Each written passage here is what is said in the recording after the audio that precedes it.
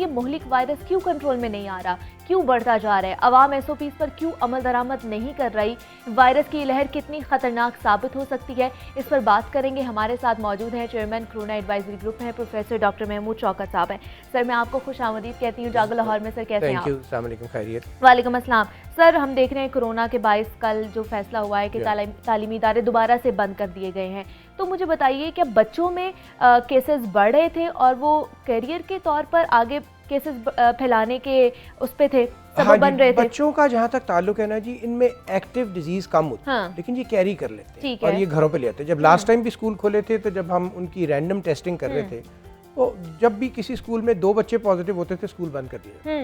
अब बात यह है कि जब एक एपिडेमिक होती है तो फिर इंडिविजुअल फैसलों को उनकी अपनी लॉजिक के एहसास से नहीं देखा जाता। अब जैसे आप बाजार बंद कर रहे हैं तो अगला सवाल आएगा कि आप बाजारों से फैल रही है, आप शादी हॉल बंद करें, तो ये फिर सोच खत्म हो जाती है। ठीक है, तमाम वो फैक्टर्स जो कंट्रीब्यूट करते हैं राइजिंग ट्रेंड को, उनको आपको रोकना होता है। अब अनफॉर्चुनेटली जो सबसे बड़ा फैक्टर है जिस पे अगर हमने अमल किया होता वो थी एसओपीज, तो शायद ये नौबत ना आती।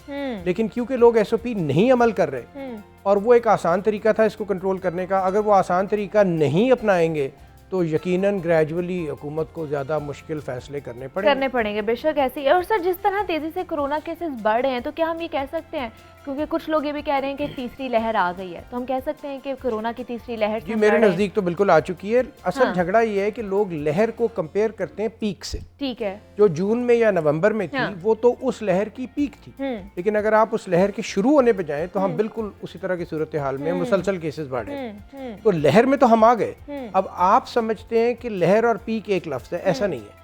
अब इस लहर की पीक कहाँ आती है ये हमें नहीं पता, लेकिन हमारा रोल ये है कि हम उस पीक को आने से रोकें। तो हम ये कह सकते हैं कि तीसरी लहर स्टार्ट हो चुकी है? जी बिल्कुल हो चुकी है। और वो क्योंकि फ्लक्चुएशन होती है जो 1-2 रोजा हो, जब 2-2 हफ्ते 3-3 हफ्ते मुसलसल ट्रेंड ऊपर जा रहा है तो ये लहर ही है। और लहर के आने की बड़ी लॉजिक थी, बड़ी वजह थी कि लोगों ने बिल्कुल तमाम हिफाजती इकदाम को पस पुश डाल दिया था, तमाम जिंदगी नॉर्मल रूटीन पे चल रही थी, बल्कि एक दूसरे को लोग एडवाइस करते थे कि तुम क्या बेवकूफ़ी कर रहे हो, कुछ नहीं होता। मतलब अगर ग्रुप में किसी एक ने पहना होता था तो उसको तनकीद का निशाना बनाया जाता था। मेरे साथ तो ये दिन में 25 दफ़ा होता है। और जब आप किसी को भी कहें, और लोग जिन्होंने मास्क पहने भी होते थे, दिन में मुझे कम से कम 40-50 ऐसे मौके आते हैं जब मुझे लोगों को ये याद दिलाना पड़ता है कि ये मास्क गले में लटकाने या हाथ में पकड़ने से आपको फ़ायदा नहीं देगा। बिल्कुल।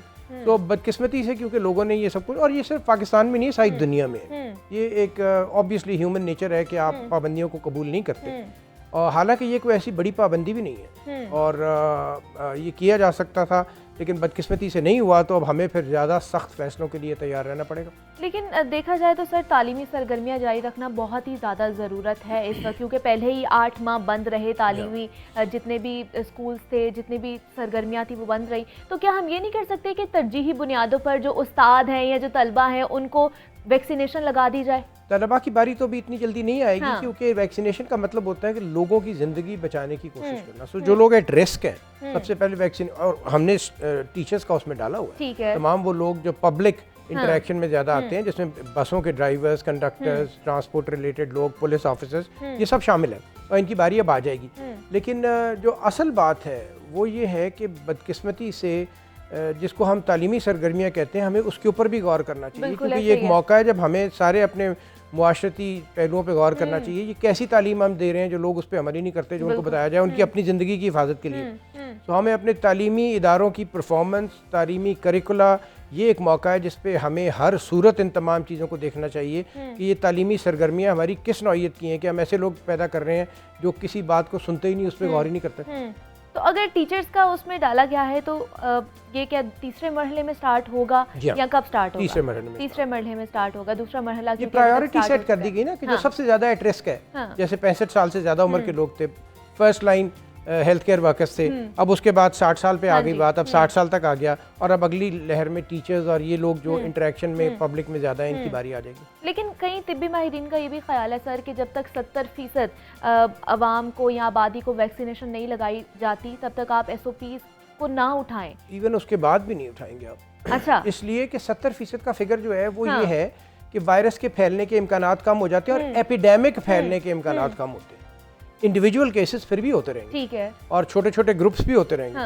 तो ये एक अभी जब तक एक जिसको हम हर्ड इम्यूनिटी कहते हैं कि पॉपुलेशन में एज ए होल एक इसके खिलाफ एक कुव्वत मुदाफ़ियत ना पैदा हो जाए और वायरस को फैलने का मौका ना मिले, तब तक हमें वायरस के फैलाव को रोकना होगा। दूसरी बात, ये जो वैक्सीन के बारे में गलत तस्वुर है कि वैक्सीन लगाने के बाद आपको मुकम्मल आज़ादी मिल जाएगी, ये बिल्कुल गलत है। तो 70% वैक्सीन लगाने के बाद जो बेस्ट वैक्सीन की प्रिवेंशन है वो 92% है, और ये 68% से लेके 92% के दरमियान चलती है। ठीक है। तो इसका मतलब ये है कि 4 लोग अगर वैक्सीन लगवाएं तो एक को फिर भी कोरोना हो सकता है। बिल्कुल ऐसे। तो हमारी आबादी जहाँ 22 करोड़ है, वहाँ जब हम 70% को लगा लें तो 1/4 15% लोगों को फिर भी, तो हमारा 15% कहाँ बनता जाके, वो तो लाखों में बनता है। तो इसलिए असल बात जो लोगों को बावर करानी है वो ये है कि वैक्सीनेशन भी आपको उस तरह की आज़ादी नहीं देती जिस तरह की आपके जहन में है। क्योंकि सबका माइंडसेट ये बना हुआ है ना, अगर हम वैक्सीन लगवा लेंगे तो हम फिर एहतियात छोड़ सकते हैं। मैं वही अर्ज कर रहा हूँ ना कि असल झगड़ा इस वक्त माइंडसेट और एटीट्यूड और परसेप्शन तब्दील करना है। तालीम याफ्ता लोग भी वैसे ही बिहेव कर रहे हैं, गैर तालीम याफ्ता तो चले हमारी एक है इशू कि उनको आप कैसे समझाएं, लेकिन असल बात यह है कि ये माइंडसेट और परसेप्शन तब्दील करनी पड़ेगी। वैक्सीन भी कोई ऐसा करिश्मा नहीं खेलने जा रही कि तमाम आबादी एकदम महफूज हो जाए। लेकिन सर देखा गया कि जब पहला मरहला स्टार्ट हुआ, जब हमारे हेल्थ प्रोफेशनल्स को लगनी थी, तो वो बहुत ज़्यादा खदशात का शिकार थे और तजब्जुब का भी शिकार थे कि वो नहीं जा रहे थे वैक्सीन लगवाने। इसकी क्या वजह है? इसकी वजह बड़ी सिंपल है जी। एक तो ये है कि ये अनफॉर्चुनेटली मैं तो इस सदी को कहता हूँ कि कॉन्स्पिरेसी की और मिस इन्फॉर्मेशन की सदी है, जिसमें सबसे बड़ा रोल पॉजिटिव तो प्ले किया मीडिया ने, लेकिन नेगेटिव भी बहुत। आप जो चाहे खबर बना के व्हाट्सएप पे चढ़ा दें और जो सनसनी फैलाने वाली खबर हो वो एकदम वायरल भी हो जाती। तो लोगों के जहनों को मुतासर कर रही हैं इस तरह की मिस इन्फॉर्मेशन, और लोग एक तजब्जुब, जिस तरह मुझे फ़ोन आता है कि जी कौन सी वैक्सीन अच्छी है, तो मैं कहता हूँ जी जो आपको जल्दी लग जाए, ठीक है। क्योंकि आप जब 3 हफ्ते या 5 हफ्ते या 8 हफ्ते किसी नई वैक्सीन का इंतजार करेंगे तो उस दौरान कोई गारंटी नहीं है कि आपको कोरोना नहीं होगा। तो वैक्सीन वही अच्छी है जो आपको जल्द मिल जाए। दूसरी बात, लोग इंतजार में है कि प्राइवेट सेक्टर को वैक्सीन बरामद करने की इजाज़त मिलेगी तो हम तब लगवाएंगे। प्राइवेट सेक्टर का जब वैक्सीन आएगी तो उसकी कीमत इतनी होगी कि हमारे एवरेज लोग तो अफोर्ड ही नहीं कर सकेंगे। अगर एक घर में 6 लोगों को वैक्सीन करवानी है और 20,000 फीकस खर्चा आता है, तो कितने लोग हैं जो 1.25 लाख रुपया वैक्सीन पे लगा लेंगे। तो मेरे ख्याल में ये तमाम जो लोगों की सोच है ये अनफॉर्चुनेटली नेगेटिव कैटेगरी में ही शुमार की जा सकती है कि उनको पहले तो फ़ौरन वैक्सीनेट करवाना चाहिए, उनको किसी वंडर ड्रग के इंतज़ार में नहीं रहना चाहिए। वही वैक्सीन आपके लिए सबसे फ़ायदेमंद है जो आपको सबसे पहले मिल जाए, और वो हुकूमत जो लगा रही है इसी को लगवाना चाहिए। आम आदमी के लिए हमेशा ऑप्शन हुकूमती वैक्सीन ही रहेगी, वो प्राइवेट वैक्सीन तो उन चंद खुश किस्मत कह लें आप या प्रिविलेज लोग कह लें जिनके पास वसाइल की कोई कमी नहीं है, जो लाख रुपया वैक्सीन पे लगा सकते हैं। तो यहाँ तो एवरेज आदमी की तनख्वाह $2 से $3 पर डे है, वो कैसे लगवा सकते हैं? नहीं, तो अगर देखा जाए तो फिर सर गवर्नमेंट जो वैक्सीन लगवा रही है तो फिर लोग उस चीज़ के क्यों तजब्जुब का शिकार है? क्या इंतजामात की वजह से, इस वजह से है? ऐसा भी नहीं, या हम लोग कह रहे हैं कि प्राइवेट की तरफ हम लोगों ने जाना है। ये आपके सवाल का जवाब आपके सवाल में ही है, जो आपने पहले किया था कि लोग मास्क क्यों नहीं पहनते। अब मैं आपको इसकी क्या तौजीह दूं?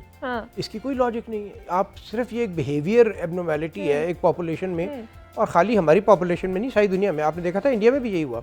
अभी भी लोग वहाँ पर भी वैक्सीन को कहते हैं और बाकायदा पढ़े लिखे लोग वीडियोस बना के भेज रहे हैं कि कोरोना है ही नहीं और वैक्सीन ना करवाएं और इसके बहुत से साइड इफ़ेक्ट्स हैं और इसके, अरे ऐसा कुछ भी नहीं है। अब ये एक बदकिस्मती की बात है और बहुत बड़ा चैलेंज है, लेकिन मेरी सिर्फ इख्तलाफ हुकूमत से ये है कि प्राइवेट इदारे ज़रूर इम्पोर्ट करें मगर इखलाकी ज़िम्मेदारी हुकूमत की। Private vaccine should only be available as an alternate option.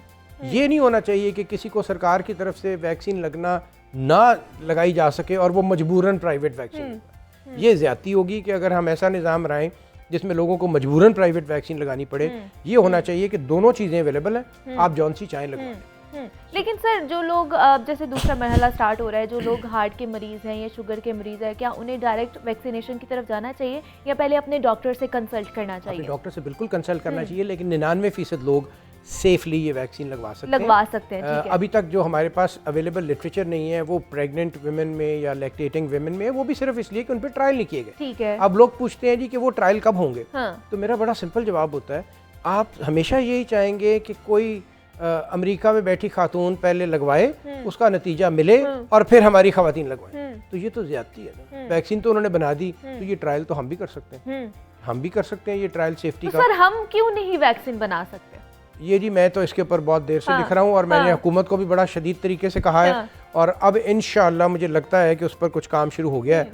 और ये हमने जो शो डाला था तो उसके बाद हमारी जीन सीक्वेंसिंग मशीन तो आ गई है वायरस की, अब हम सीक्वेंसिंग खुद कर सकते हैं। प्राइमरी हेल्थ में वो इस्टेब्लिश हो गया। और मैं पूरा जोर दे रहा हूँ कि मैं किसी ना किसी तरह इनको ये भी कन्विंस करूँ कि वैक्सीन भी खुद बनाएं।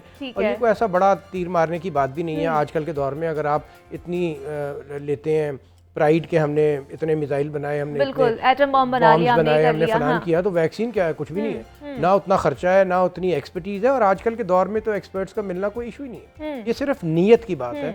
और अब अल्लाह करे कि इस कोविड से जहाँ हमने और चीज़ें सीखनी है, हम कुछ ये भी सीख लें कि सर्वाइव दुनिया में कैसे करना है और इस मुल्क को कभी हमें आगे भी लेके जाना है। और दूसरा सर, जब ये पाकिस्तान में चल रहा है, ट्रायल चल रहे हैं वैक्सीनेशन लगने के, अगर बिलखसूस लाहौर की बात की जाए तो लोग कितना जोशो खरोश के साथ खुद ही हिस्सा ले रहे हैं इस ट्रायल के अंदर?